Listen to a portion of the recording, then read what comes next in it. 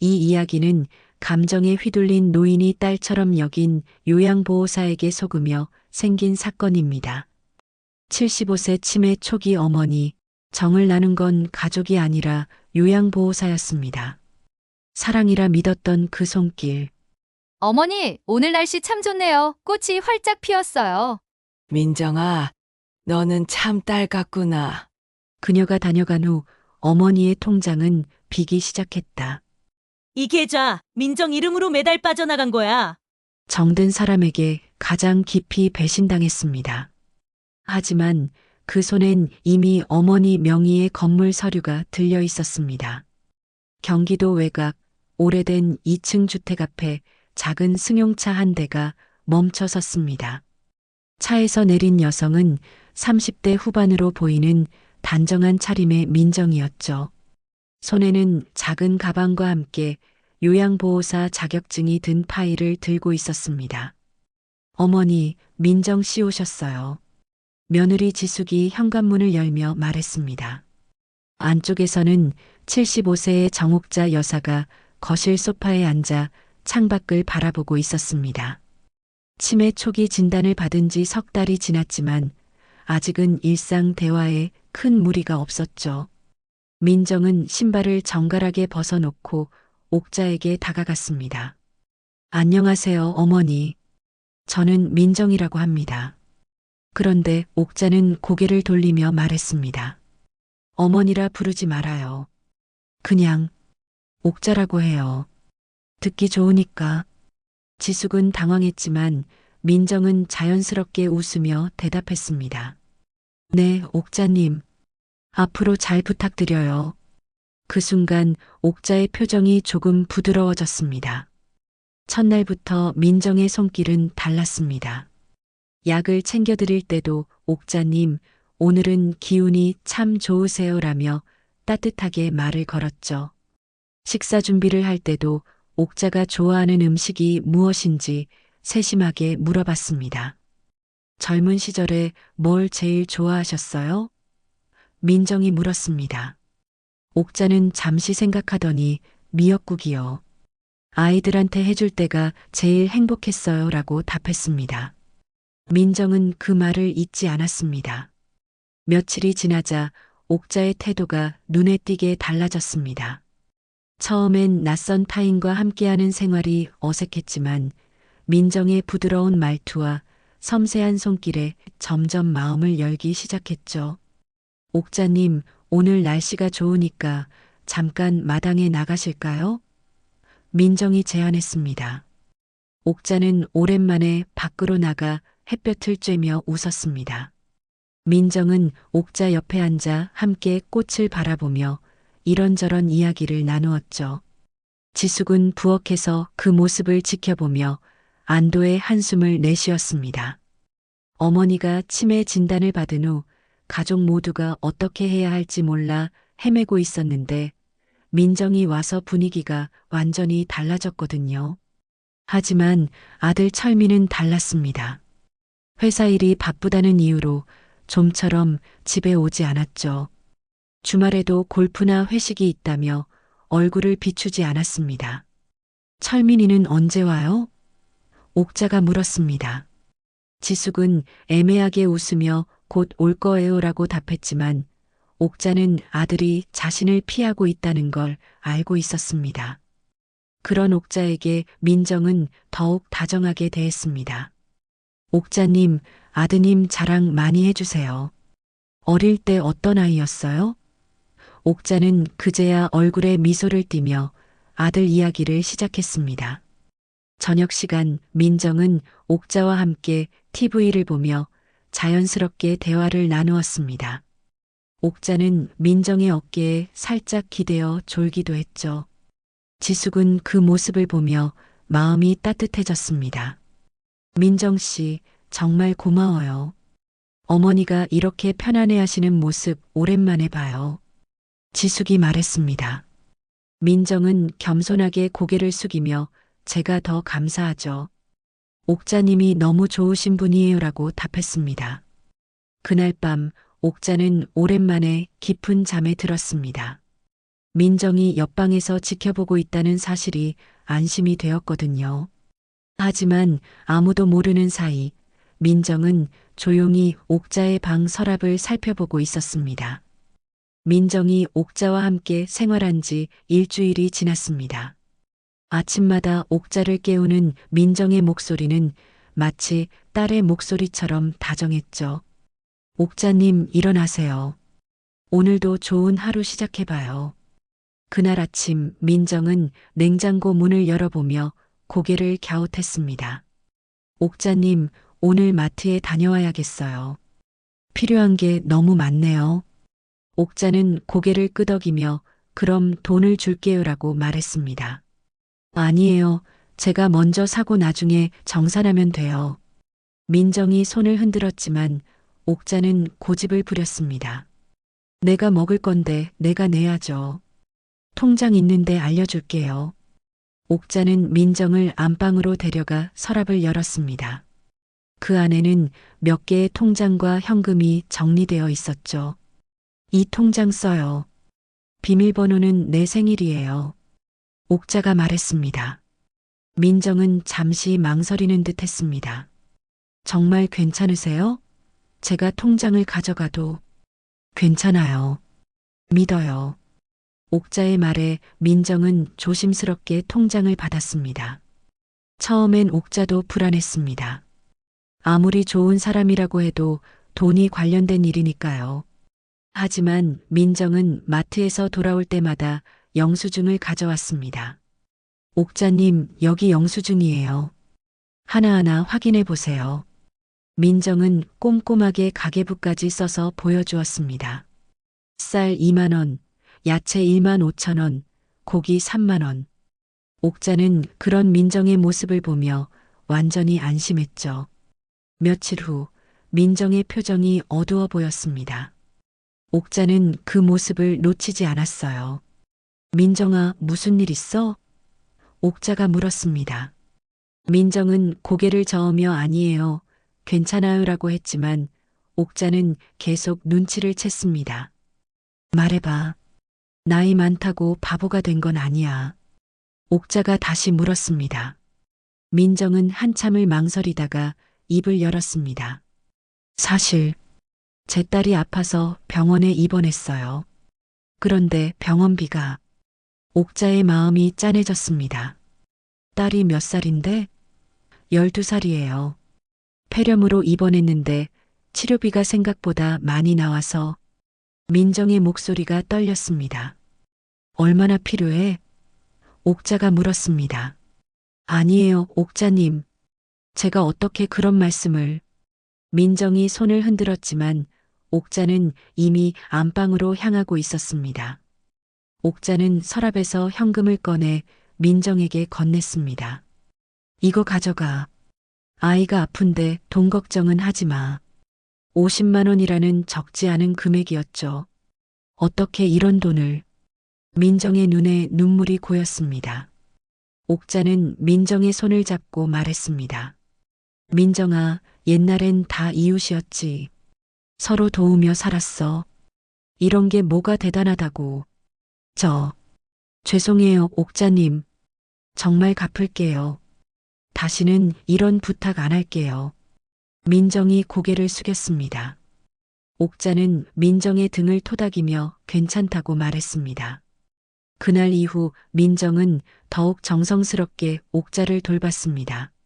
아침에 일어나자마자 옥자의 안부를 물었고 밤에는 발 마사지까지 해주었죠. 옥자님 덕분에 제 딸이 건강해졌어요. 정말 고마워요. 하지만 며칠 후 민정은 또다시 어두운 표정을 지었습니다. 이번엔 뭔 일이야? 옥자가 물었습니다. 딸 수술비가 추가로 필요하다고 해서 민정이 조심스럽게 말했습니다. 옥자는 주저하지 않고 다시 현금을 꺼냈습니다. 이번엔 30만 원이었죠. 아이 건강이 우선이야. 돈은 나중에 생각해도 돼. 그 다음 주에는 민정의 어머니가 갑자기 쓰러져서 병원비가 필요하다고 했습니다. 옥자는 이번에도 흔쾌히 도와주었죠. 가족이 아프면 마음이 얼마나 아픈지 알아. 걱정하지 마. 하지만 옥자도 모르게 자신의 계좌에서는 작은 금액들이 자주 빠져나가고 있었습니다. 마트비, 병원비, 교통비 등 이런저런 명목으로 매일 조금씩 돈이 인출되고 있었거든요. 지숙은 가끔 어머니께 용돈이 필요하냐고 물었지만 옥자는 민정이가 다 해줘서 괜찮다고 답했습니다. 민정이 너무 잘해주니까 의심할 이유가 없었죠. 어느 저녁 옥자는 민정에게 말했습니다. 민정아, 너 정말 고마워. 내 딸 같아. 민정은 옥자의 손을 잡고 저도 옥자님을 친어머니처럼 생각해요라고 답했습니다. 그날 밤 옥자는 행복한 마음으로 잠들었습니다. 하지만 옥자가 모르는 사이 민정은 조용히 옥자의 서랍을 다시 한번 살펴보고 있었습니다. 민정이 옥자와 함께 생활한 지 한 달이 지났습니다. 매일 아침 옥자를 위해 정성스럽게 준비한 미역국 냄새가 집안을 가득 채웠죠. 옥자님 미역국 끓였어요. 좋아하신다고 하셨잖아요. 옥자는 그런 민정의 모습을 보며 진짜 딸을 둔 것 같은 기분이었습니다. 우리 민정이 이렇게 잘해주면 내가 어떻게 살아? 옥자가 민정의 손을 잡고 말했습니다. 민정은 옥자의 일상을 세심하게 챙겼습니다. 약 먹을 시간이 되면 물과 함께 가져다 드렸고 옥자가 좋아하는 트로트를 틀어주며 함께 노래를 불렀죠. 때로는 옥자의 머리를 빗겨주며 옥자님 머리가 정말 고우세요라고 말하기도 했습니다. 지숙은 그런 모습을 보며 마음이 편해졌습니다.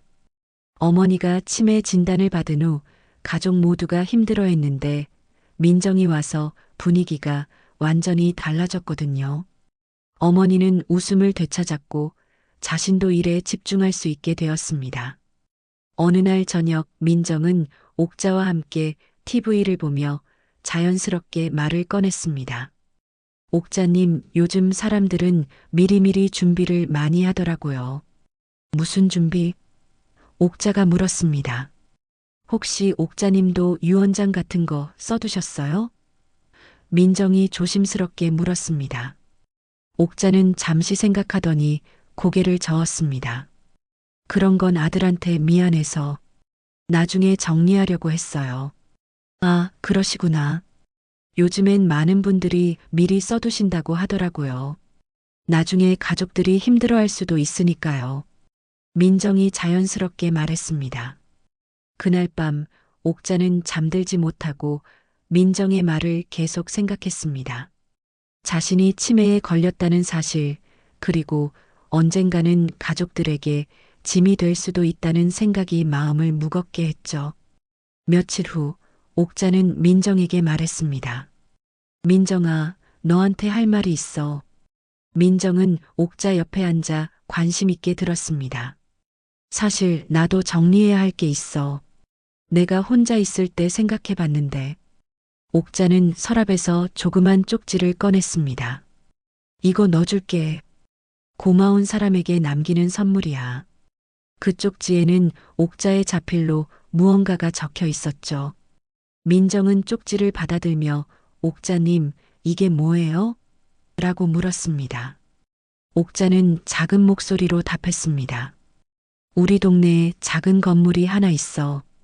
예전에 아버지가 사두신 건데. 그리고 이 통장도.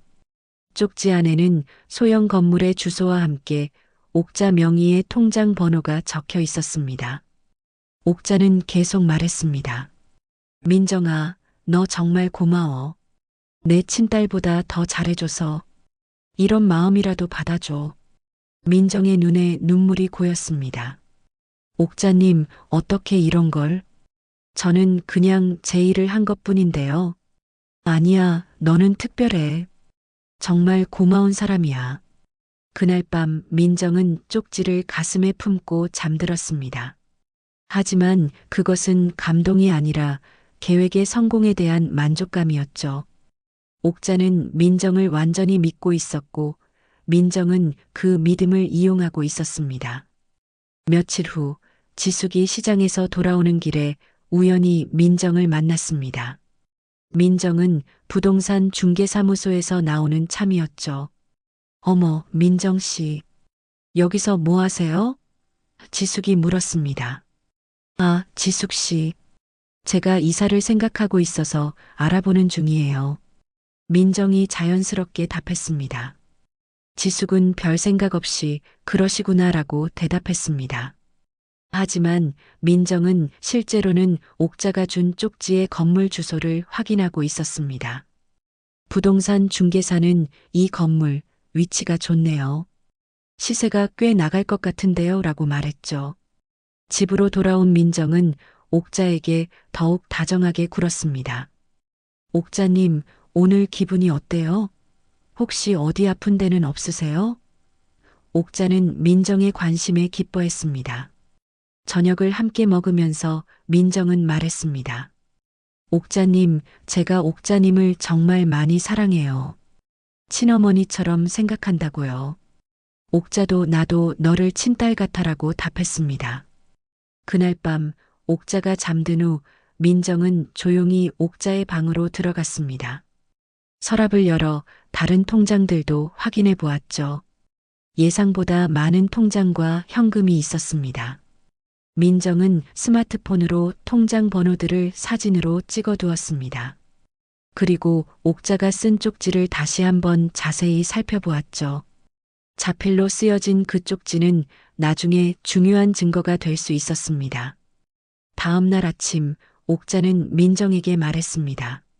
민정아, 어제 너한테 준 그 쪽지 소중하게 간직해줘. 민정은 옥자의 손을 잡고 당연히 소중하게 간직할게요. 정말 고마워요라고 답했습니다. 하지만 옥자는 몰랐습니다. 자신이 진심으로 사랑하는 민정이 실제로는 자신의 재산을 노리고 있다는 사실을 말이죠. 민정의 따뜻한 미소 뒤에는 차가운 계산이 숨어 있었습니다. 민정이 옥자에게서 쪽지를 받은 지 일주일이 지났습니다. 그 사이 민정은 옥자를 더욱 세심하게 돌보며 신뢰를 쌓아갔죠. 매일 아침 옥자님 잘 주무셨어요? 라며 따뜻하게 인사하고 옥자가 좋아하는 나물 반찬을 정성스럽게 만들어 드렸습니다. 그날 오후 지숙은 마트에서 일찍 돌아왔습니다. 집에 들어서니 거실이 조용했어요. 어머니, 민정 씨 어디 계세요? 지숙이 소리쳤지만 대답이 없었습니다. 지숙은 어머니 방으로 향했습니다. 문틈으로 보니 옥자는 침대에서 낮잠을 자고 있었고 민정은 옥자의 서랍장 앞에 무릎을 꿇고 앉아 있었죠. 민정의 손에는 여러 개의 서류와 통장이 들려 있었습니다. 지숙은 깜짝 놀라 문을 열었습니다. 민정 씨, 뭐 하세요? 민정은 당황하며 급히 일어났습니다. 아, 지숙 씨. 옥자님이 서류 정리를 부탁하셔서요. 서류 정리요? 지숙의 목소리에 의심이 섞였습니다. 민정은 침착하게 설명했습니다. 네, 옥자님이 요즘 깜빡하는 일이 많아지셔서 중요한 서류들을 정리해달라고 하셨어요. 옥자가 깨어나 눈을 비볐습니다. 지숙이 왔네. 민정이한테 서류 정리 부탁했어. 옥자의 말에 지숙은 일단 고개를 끄덕였지만 마음 한편으로는 찜찜함이 남았습니다. 저녁 준비를 하면서 지숙은 민정에게 물어봤습니다. 민정 씨, 어머니 서류 중에 뭐가 있던가요? 통장이랑 보험 관련 서류들이요. 옥자님이 정리해달라고 하셔서요. 지숙은 어머니께 직접 물어보기로 했습니다. 어머니, 민정 씨한테 서류 정리 부탁하셨어요? 옥자는 고개를 끄덕였습니다. 응, 내가 요즘 깜빡깜빡해서 민정이한테 부탁했어. 며칠 후 지숙은 어머니 용돈을 드리러 갔습니다. 어머니, 용돈 필요하세요? 옥자는 손을 흔들며 괜찮아. 민정이가 다 해줘서라고 답했습니다. 그래도 어머니 통장 확인은 해봐야죠. 지숙이 말하자 옥자는 민정이가 가계부도 써주니까 걱정 말라고 했습니다. 하지만 지숙의 불안감은 점점 커져갔습니다. 다음 날 지숙은 은행에 들렀습니다. 어머니 통장의 거래 내역을 확인해 보고 싶었거든요. 은행 직원이 건네준 거래 내역서를 보는 순간 지숙의 얼굴이 굳어졌습니다. 이게 뭐예요? 지숙이 중얼거렸습니다. 통장에서는 매일같이 작은 금액들이 빠져나가고 있었어요. 3만 원, 5만 원, 때로는 10만 원씩 정기적으로 인출되고 있었습니다. 더 충격적인 것은 다른 계좌로의 송금 내역이었습니다. 민정이라는 이름으로 된 계좌로 지난 한 달 동안 총 200만 원이 넘는 돈이 이체되어 있었죠. 지숙은 급히 집으로 돌아갔습니다. 어머니, 이 돈 왜 빼셨어요? 지숙이 거래 내역서를 들이밀었습니다. 옥자는 당황하며 그게 민정이 딸이 아프다잖니. 딸이 아프다고요? 그런데 이 계좌는 민정 씨 명의예요. 지숙의 목소리가 높아졌습니다. 옥자는 어리둥절했습니다. 민정이 딸 병원비라고 했는데 바로 그때 민정이 시장에서 돌아왔습니다. 무슨 일이세요? 민정이 물었습니다. 지숙은 민정을 똑바로 쳐다보며 말했습니다. 민정 씨, 어머니 통장에서 돈이 계속 빠져나가고 있어요. 민정은 놀란 표정을 지었습니다. 네, 그럴 리가요. 저는 옥자님이 주신 것만 주신 게 아니라 계좌이체로 민정 씨 통장으로 들어간 거예요. 옥자는 혼란스러워했습니다. 민정아, 이게 무슨 일이야? 민정은 옥자의 손을 잡고 말했습니다. 옥자님, 제가 설명드릴게요. 옥자님이 제 딸 병원비 도와주신다고 하셔서 병원비가 200만 원이 넘어요? 지숙이 따져 물었습니다. 민정은 당황하며 아니요. 그게 아니라 옥자님이 여러 번 도와주셔서 지숙은 남편 철민에게 전화를 걸었습니다. 여보, 어머니 일로 당장 집에 와야겠어요. 하지만 철민은 회사에 급한 일이 있어서 내일 가겠다고 답했습니다. 내일이 아니라 지금이요. 어머니가 사기당하고 있는 것 같아요. 지숙이 소리쳤지만 철민은 며느리가 예민한 것 아냐? 요양보호사가 그런 일 할 리 없잖아라고 무시했습니다. 그날 밤 지숙은 잠들지 못했습니다. 어머니는 민정을 완전히 믿고 있었고 남편은 심각성을 모르고 있었습니다. 민정은 여전히 옥자를 다정하게 돌보며 아무 일 없다는 듯 행동했죠. 옥자님, 오늘 하루 어떠셨어요? 민정이 옥자의 이불을 덮어주며 물었습니다. 옥자는 민정이 덕분에 좋았어라고 답했습니다. 지숙은 문틈으로 그 모습을 지켜보며 소름이 돋았습니다. 민정의 다정한 모습이 이제는 가짜로 보였거든요. 하지만 어머니는 여전히 민정을 믿고 있었고 그 믿음을 깨뜨리기가 쉽지 않았습니다.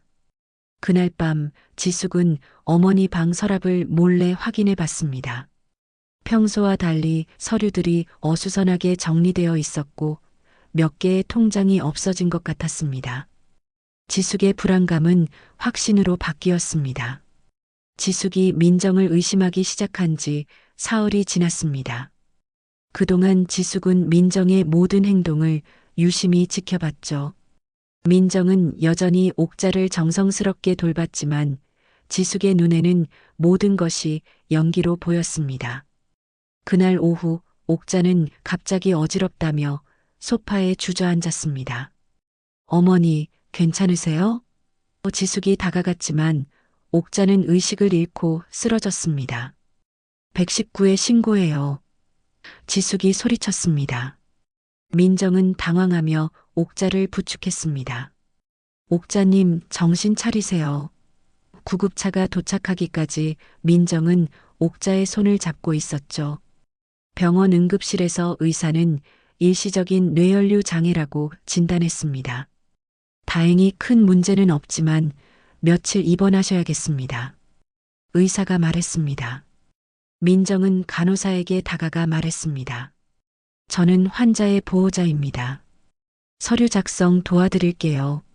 간호사가 서류를 건네자 민정은 능숙하게 보호자란에 자신의 이름을 적었습니다. 지숙이 주차장에서 돌아왔을 때 민정은 이미 모든 서류를 작성해 놓았습니다. 민정 씨, 제가 보호자인데 왜 서류를? 아, 지숙 씨가 안 계셔서 급하게 제가 했어요. 간호사는 민정을 보호자로 인식하고 있었습니다. 보호자분, 환자분 상태는 안정적이니까 걱정하지 마세요. 민정은 고개를 끄덕이며 네, 감사합니다라고 답했습니다. 그날 밤 옥자가 깨어났을 때 제일 먼저 본 사람은 민정이었습니다. 옥자님, 정신 차리셨어요? 민정이 옥자의 손을 잡고 말했습니다. 옥자는 약한 목소리로 민정아, 고마워라고 말했습니다. 지숙은 병원 복도에서 남편 철민에게 전화를 걸었습니다. 여보, 어머니가 쓰러지셨어요. 당장 병원으로 와요. 철민은 놀라며 지금 가겠다고 답했습니다. 철민이 병원에 도착했을 때 민정은 의사와 상담을 하고 있었습니다. 보호자분, 환자분이 치매 초기라고 하셨죠? 앞으로 더 주의 깊게 돌봐야겠습니다. 의사가 민정에게 말했습니다. 저는 아들인데요. 철민이 끼어들었습니다. 의사는 당황하며 아, 그러시군요. 그런데 서류상으론 이분이 보호자로 되어 있어서 그날 밤 가족회의가 열렸습니다.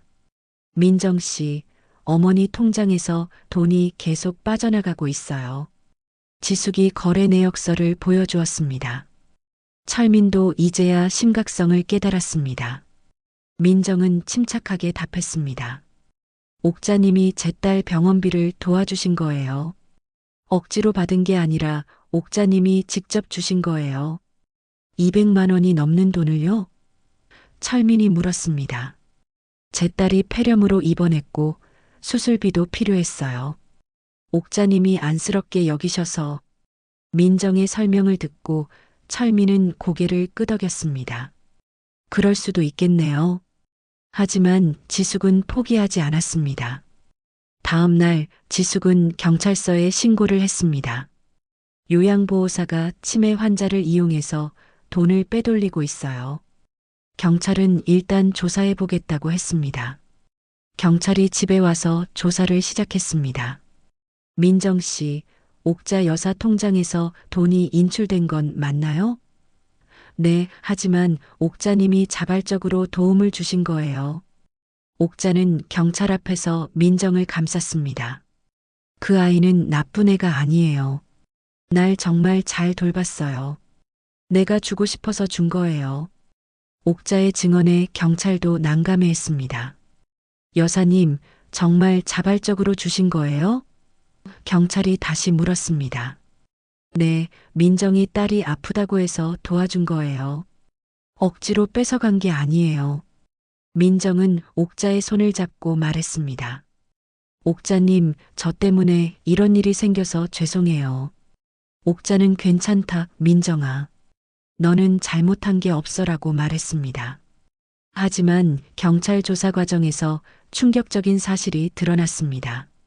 민정에게는 전과가 있었던 거죠. 이분 작년에 다른 노인 가정에서 금품을 절취한 혐의로 기소유예 처분을 받았네요. 뭐라고요? 철민이 놀라며 소리쳤습니다. 민정은 당황하며 그건 오해였어요. 정말 오해였다고요. 하지만 이미 늦었습니다. 경찰은 계속 조사했습니다. 민정 씨가 돌본 다른 노인분들도 비슷한 피해를 당했다는 신고가 들어왔습니다. 민정의 얼굴이 창백해졌습니다. 3명의 노인분들이 민정 씨에게 속아서 총 500만 원 이상의 피해를 봤습니다. 경찰의 말에 옥자는 믿을 수 없다는 표정을 지었습니다. 민정아, 이게 정말이야? 옥자가 떨리는 목소리로 물었습니다. 민정은 고개를 숙이고 말했습니다. 옥자님, 죄송해요. 그 순간 옥자의 마음이 무너져 내렸습니다. 자신이 딸처럼 사랑했던 민정이 자신을 이용했다는 사실을 받아들이기 힘들었죠. 너도 나를 속인 거야? 민정은 눈물을 흘리며 옥자님 정말 죄송해요. 처음엔 그럴 생각이 아니었어요 라고 말했습니다. 하지만 이미 모든 것이 드러난 후였습니다. 경찰은 민정을 연행했습니다. 민정이 문을 나서면서 옥자를 돌아봤지만 옥자는 고개를 돌리고 있었습니다. 마지막까지 믿었던 사람에게 배신당한 상처는 너무 깊었습니다. 민정이 연행된 지 일주일이 지났습니다. 옥자는 그동안 한마디도 하지 않고 창밖만 바라보며 지냈어요. 밥도 제대로 먹지 않았고 밤에는 잠들지 못해 뒤척였습니다.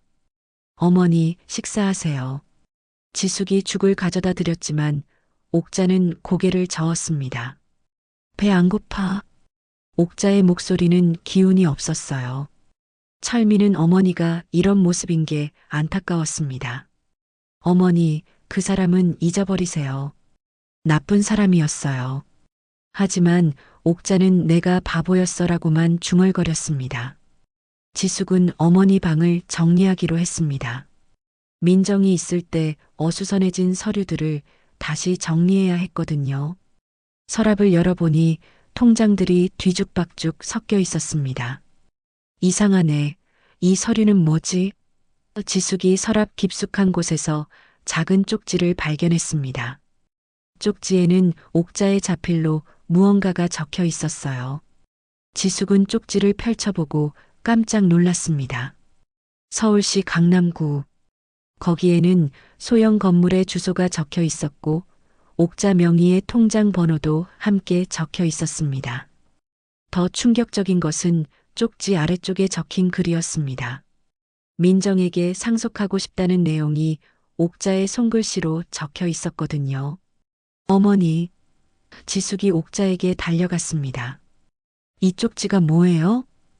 옥자는 쪽지를 보더니 한숨을 쉬었습니다. 아, 그거. 민정이한테 주려고 썼던 거야. 건물을 민정 씨한테 주려고 하셨다고요? 지숙의 목소리가 높아졌습니다. 옥자는 고개를 끄덕였습니다. 그 아이가 너무 잘해줘서 고마운 마음에. 지숙은 급히 복사기로 쪽지를 복사했습니다. 혹시 모를 상황에 대비해야 했거든요. 그리고 부동산 등기부를 확인해 보기로 했습니다. 부동산 등기소에서 확인한 결과는 더욱 충격적이었습니다. 명의 이전 신청서가 이미 접수되어 있네요. 직원이 말했습니다. 언제요? 지숙이 물었습니다. 일주일 전에 접수됐어요. 신청인은 민정 씨고 증여자는 정옥자 씨로 되어 있습니다. 지숙은 다리에 힘이 빠졌습니다. 민정이 이미 명예 이전을 시도했다는 뜻이었거든요. 하지만 아직 명예 이전이 완료되지는 않았어요. 직원이 덧붙였습니다. 치매 환자의 경우 의식이 명확했던 시기임을 입증해야 해서요. 지숙은 급히 변호사를 찾아갔습니다. 변호사님, 이런 경우 어떻게 해야 하나요? 변호사는 서류를 살펴보더니 고개를 끄덕였습니다. 다행히 아직 명예 이전이 완료되지 않았네요. 치매 진단 이전에 쓰여진 것인지, 그리고 본인의 자유의지로 쓴 것인지 입증해야 합니다. 변호사는 계속 설명했습니다. 만약 치매 진단 이후에 쓰여진 것이라면 법적 효력이 없어요. 또한 사기나 강요에 의한 것이라면 무효 처리될 수 있습니다. 지숙은 집으로 돌아가 어머니와 진지한 대화를 나눴습니다. 어머니, 이 쪽지를 언제 쓰셨어요? 민정이한테 고마워서. 한 달 전쯤? 옥자가 답했습니다. 민정 씨가 부탁해서 쓰신 거예요? 지숙이 물었습니다.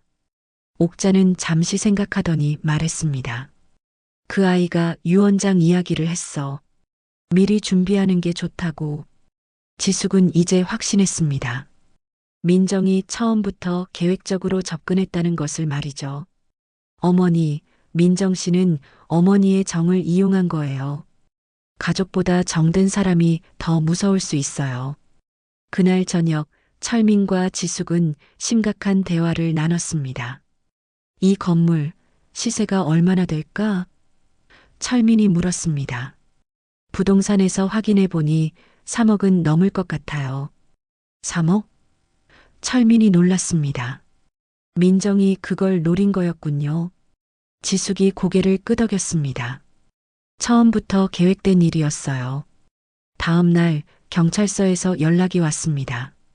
민정 씨가 명예 이전을 시도한 건 확인됐습니다. 이것도 사기 혐의에 추가될 예정이에요. 경찰은 계속 설명했습니다. 다른 피해자들도 비슷한 수법으로 당했어요.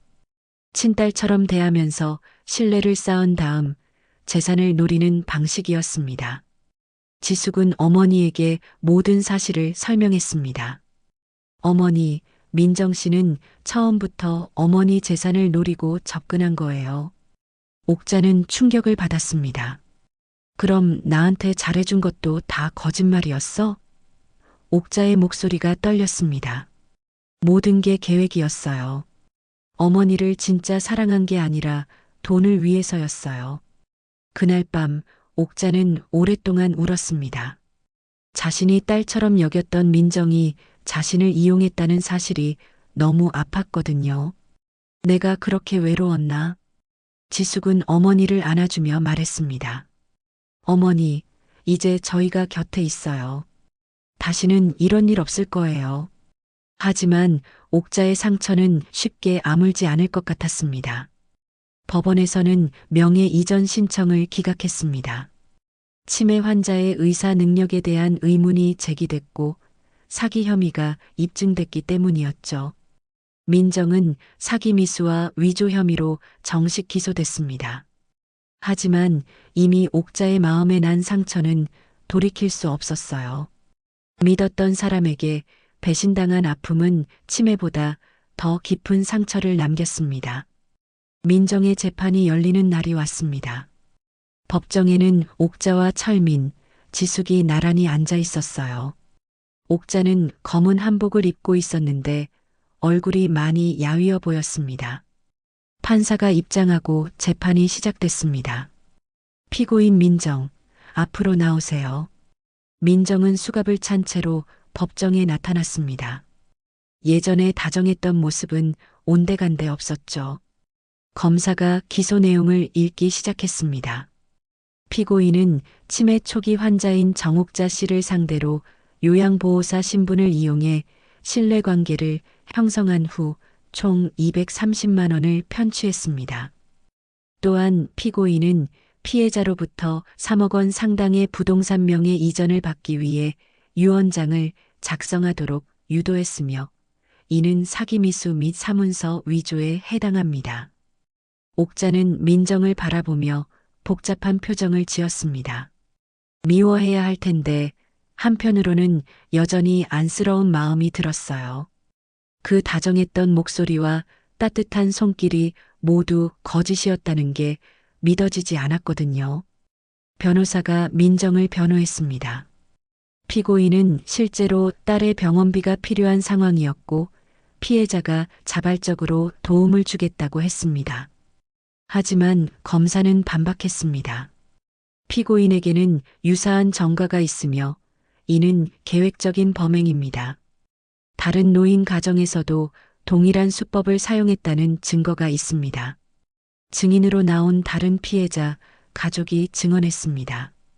민정 씨는 저희 아버지에게도 똑같이 접근했어요. 딸처럼 잘해주다가 돈을 빼돌렸습니다. 법정은 숨막히게 조용했습니다. 판사가 옥자에게 물었습니다. 피해자분, 직접 증언해 주세요. 옥자는 떨리는 목소리로 일어났습니다. 저는 민정이를 정말 딸처럼 사랑했어요. 처음엔 낯설었지만 그 아이가 너무 잘해줘서 진짜 딸 같았거든요. 옥자의 목소리가 흔들렸습니다. 미역국 끓여주고 머리 빗겨주고 그런 게 다 거짓말이었다니. 옥자는 계속 말했습니다. 그 아이가 나쁜 사람인 줄은 몰랐어요. 근데 날 딸처럼 불러준 사람, 그 아이뿐이었어요. 법정안이 숙연해졌습니다. 돈은 다시 돌려받을 수 있지만 제 마음은 어떻게 돌려받죠? 옥자의 말에 방청석에서 흐느끼는 소리가 들렸습니다. 민정도 눈물을 흘리고 있었습니다. 죄송합니다, 옥자님. 정말 죄송해요. 민정이 고개를 숙이며 말했습니다. 하지만 옥자는 민정을 바라보지 않았어요. 판사가 최종 판결을 선고했습니다. 피고인의 행위는 노인을 상대로 한 계획적인 범행으로 사회적 경각심을 일으킬 필요가 있습니다. 피고인에게 징역 2년을 선고합니다. 법정이 끝나고 나서 민정은 마지막으로 옥자에게 면회를 요청했습니다. 처음엔 거절하려던 옥자였지만 지숙의 권유로 면회를 허락했어요. 교도소 면회실에서 두 사람이 마주 앉았습니다. 유리창 너머로 바라본 민정은 많이 초라해 보였어요. 옥자님, 민정이 조심스럽게 입을 열었습니다. 죄송해요. 정말 죄송해요. 민정의 눈에서 눈물이 흘러내렸습니다. 처음엔 정말 그럴 생각이 아니었어요. 그냥 일이라고 생각했는데 옥자님이 너무 좋으셔서 진짜 어머니 같으셨어요. 민정이 계속 말했습니다. 그 따뜻한 말씀들 진심이었어요. 하지만 전 가짜였네요. 옥자는 한참 동안 말이 없었습니다. 그러다가 조용히 입을 열었어요. 민정아, 나도 너를 진짜 딸처럼 사랑했어. 그게 제일 아파. 내가 외로웠나 보다. 아들은 바쁘다고 안 오고 며느리는 착하지만 어색하고. 그런데 너는 달랐어. 옥자의 목소리가 떨렸습니다. 옥자님, 민정이 울먹였습니다. 저도 정말 사랑했어요. 그런데 왜 이런 짓을 했는지 저도 모르겠어요. 이제 됐어. 옥자가 일어났습니다. 너도 내 딸 잘 키워. 다시는 이런 일 하지 말고. 그것이 두 사람의 마지막 대화였습니다. 면회를 마치고 집으로 돌아온 옥자는 지숙에게 말했습니다. 그 아이도 불쌍해. 혼자 딸 키우느라 힘들었나 봐. 지숙은 어머니의 너그러운 마음에 놀랐어요. 어머니, 아직도 민정 씨를 감싸시는 거예요? 지숙이 물었습니다. 옥자는 고개를 저었습니다. 감싸는 게 아니야. 그냥 이해하려고 해. 그날 밤 옥자는 오랫동안 창밖을 바라봤습니다. 민정과 함께했던 시간들이 주마등처럼 지나갔어요. 그 따뜻함이 가짜였다는 게 여전히 믿어지지 않았습니다. 철민이 어머니 곁에 앉았습니다. 어머니, 이제 그 일은 잊으세요. 앞으로 제가 더 자주 올게요. 옥자는 아들의 손을 잡고 미소를 지었어요. 고마워, 철민아. 이제야 내 아들이 보이네. 옥자의 말에 철민은 눈시울이 붉어졌습니다. 그동안 어머니를 소홀히 했던 것이 미안했거든요. 법원은 명예 이전 신청을 정식으로 기각했고 빼돌린 돈도 모두 환수 처리됐습니다. 하지만 옥자의 마음에 난 상처는 쉽게 아물지 않을 것 같았어요. 민정 사건이 마무리된 지 6개월이 지났습니다. 옥자의 치매 증상은 조금씩 진행되었지만 가족들은 새로운 요양보호사를 들이지 않기로 했어요. 철민과 지숙이 직접 어머니를 돌보기로 한 거죠.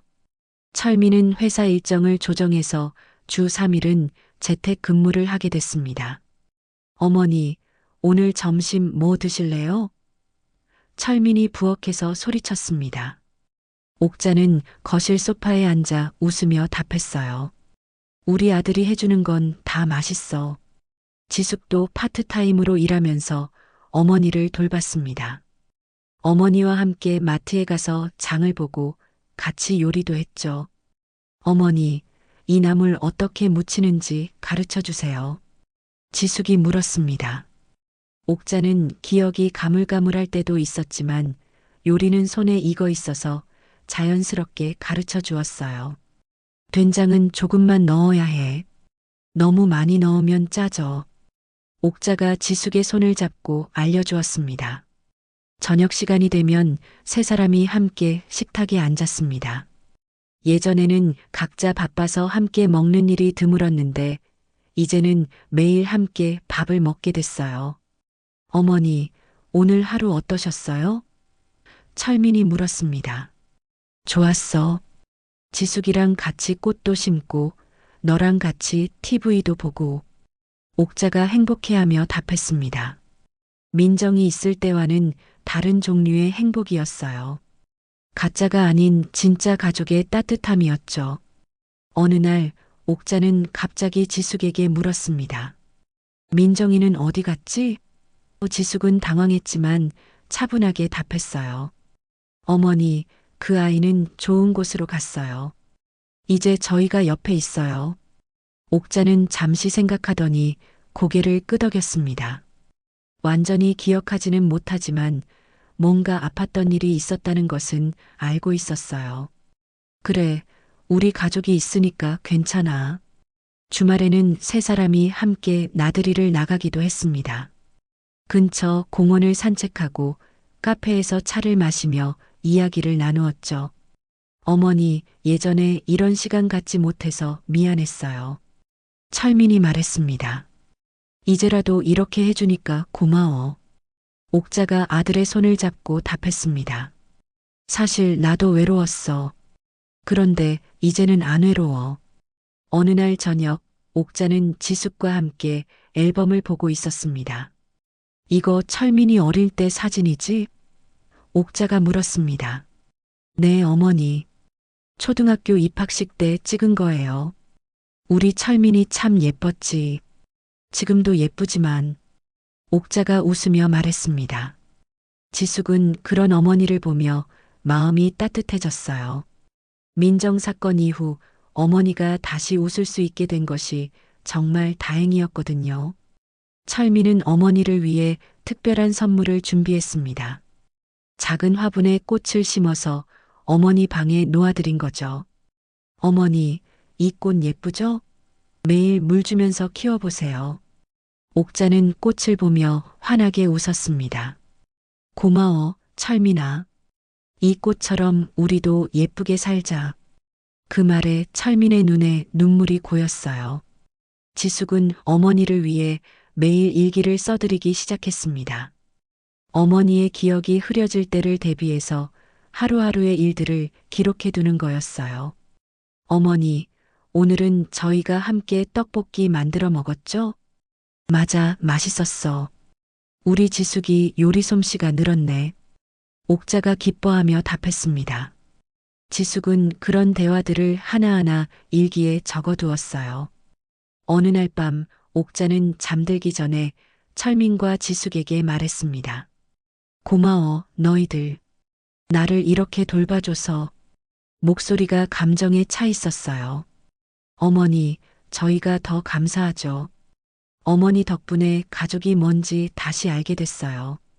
지숙이 어머니의 손을 잡고 말했습니다. 철민도 어머니 옆에 앉으며 말했습니다. 어머니, 앞으로도 계속 함께 있을 거예요. 절대 혼자 두지 않을게요. 옥자는 두 사람의 손을 잡고 눈을 감았어요.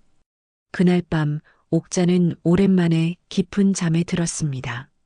민정과 함께했던 시간도 있었지만 이제는 진짜 가족과 함께하는 시간이 더 소중했어요. 가짜 사랑에 속았던 아픔은 진짜 사랑으로 치유되고 있었습니다. 다음 날 아침 세 사람은 함께 아침을 먹으며 하루를 시작했습니다. 어머니, 오늘도 좋은 하루 보내세요. 철민이 출근하면서 말했습니다.